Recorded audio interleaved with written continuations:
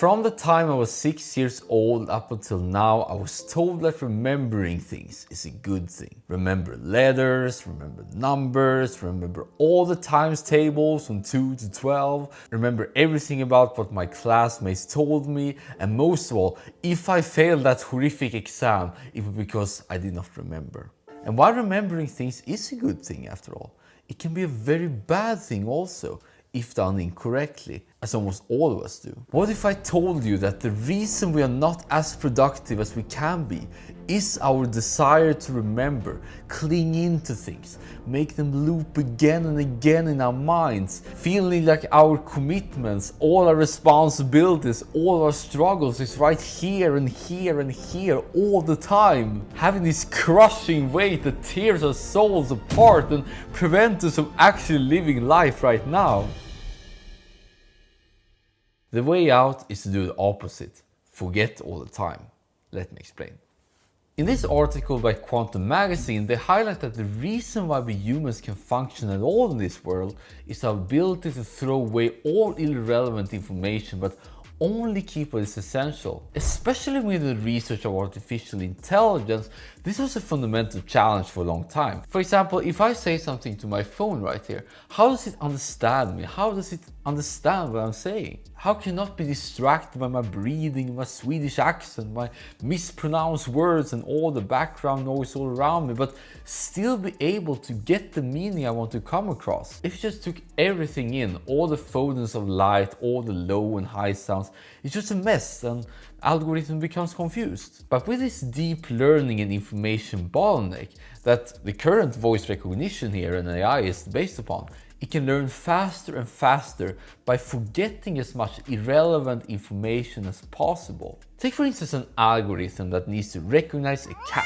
It's fed thousands of images from various cats and is constantly trained to see if an image has a cat or not. Then it undergoes a very long compression phase, where it gets better and better at generalizing what it's learned to new images it haven't seen before. The key is once again to forget all this noisy data, but only strengthening the best connection. For example, the connection between cat and fur, because it shows up almost repeatedly unless it's a sphinx, is strengthened, while the connection between, for instance, a cat and an airplane gets weaker over time.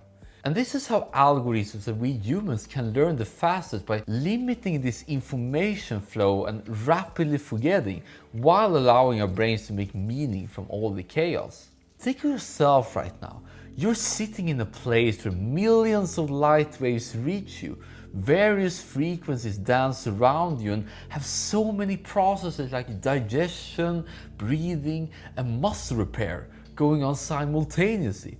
Not to mention all the possible moves you can do, all the sounds you can utter, or all the activities you can do at this very moment. Yet you have no problem interacting in this world, because you know what is relevant and not relevant. But why are we so in trouble when it comes to productivity? Why do we feel this incessant burden on all our responsibilities and guilt all the time? To understand this paradox of functioning in this world and still feeling miserable, we need to understand something called cognitive load theory. Back in the 1980s, a guy named John Sweller developed this theory while he was studying problem solving and learning in children. He quickly realized that the harder or more ambitious the task was, the more the children had to tap into their working memories and thus experience this cognitive load. You know, the feeling of being stuck while a 20-pound weight is in your head. But Sweller discovered that he could enable the children to learn faster after countless of experiments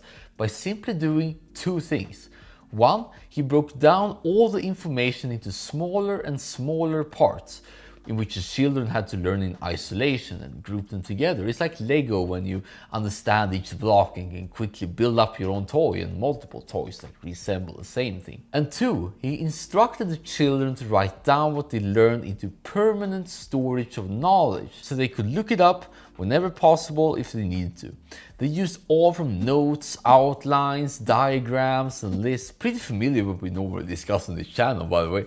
And they could be as relaxed as possible and be filled with awe during this entire process. You know, when you're discovering something, it's quite an exhilarating feeling, to be honest. By breaking down the knowledge into small parts, small concepts, and enable the children to use external tools, they were able to minimize cognitive load. They could grasp the concept much faster, and over time they outperformed their peers in how fast they could learn, because they had this extra system, this extra fallback net to rely upon.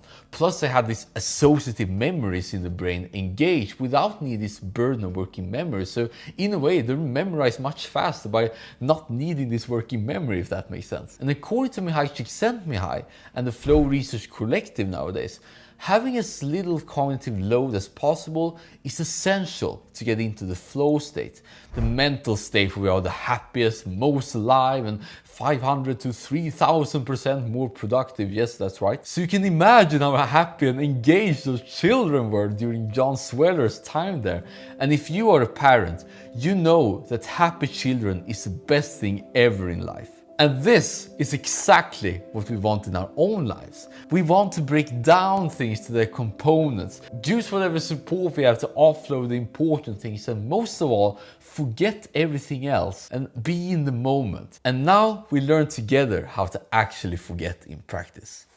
And at first it might sound strange. How do we actually forget? Let's say if you have an earworm, a recurring thought, or even unpleasant memory coming up again and again and again, and we don't want to think about it, sort of tormenting us, distracting us. Just as Sweller did to the children, forgetting works the same for us. Break down whatever you want to learn and be better at, and then have a trusted place to store everything you want to forget. Because remember, we humans are naturally good at forgetting. Otherwise we would not be able to function at all. And the key is just to do as you normally do. See, hear and feel. Filter out the noise and only select this tiny, tiny signal. Tune out the noise as if it did not exist in the first place, and regard the thing as if it is the only thing that existed. And in our case, the most useful practice I've ever found after years of meditation and focus practice and daily flow state is right now. This is the information and all the things that we sort of need to be aware of right now. It's right now. Everything you're seeing, hearing, and feeling right now is the only important thing that is, really. And the other stuff can be safely forgotten, like everything else apart from what's happening right now. But it does not mean that we should ignore our feelings or everything something goes wrong. Rather, we should focus all of our attention to them when they arise. Errors, the surprises, the fears, they actually help us. They help us focus and become better, because they cue our attention to the current problems so we can solve them with all our power. And this paper here by Norman et al., published in Nature, proves that the thing we do not like, the errors, call them like that, is what helps us focus and learn if we attend to them. And if you think about it, we usually do the opposite. We are so fed up with our fears and our pains and inadequacies that we hide from them in some sort of shameful way, hoping that the great gods, the great nature, the great planets, whatever, will erase them for us. They will sort of be aligned and then will save us from our misery. But here we are doing the complete opposite. We are actively seeking after them. We are seeking after those fears and unpleasant memories, because as uncomfortable as they might be in the moment, they are the very problem that will propel us to greatness when solved. And of course, only when they come up again, we should focus on them. And otherwise, we should focus on what we are doing right now. So in case you've forgotten already, see what I did there? Here is what I found to be the best way to forget. Be in the moment and learn the fastest. 1. See, hear and feel as if nothing existed. Feel like you're sort of expanding your power and taking everything from your thoughts, or even forgetting yourself, just onto this external world or internal world, if that's necessary. You're sort of out there. Then whenever a thought or a difficulty or a memory at hand comes up, cue all your attention to it. Just put it out there, magnify it, and submerge yourself into it, and see how easy it just became and resolved. It's just, okay, common sense. 3. While doing this, write down everything you don't want to forget in the place that you can easily visit later. And I made a whole video about this productivity system as easy as possible for your specific needs right here, if you want to watch that later. Both of them goes quite hand in hand, these two videos. And 4, most importantly, trust that whatever you're paying attention to right now is the most important thing.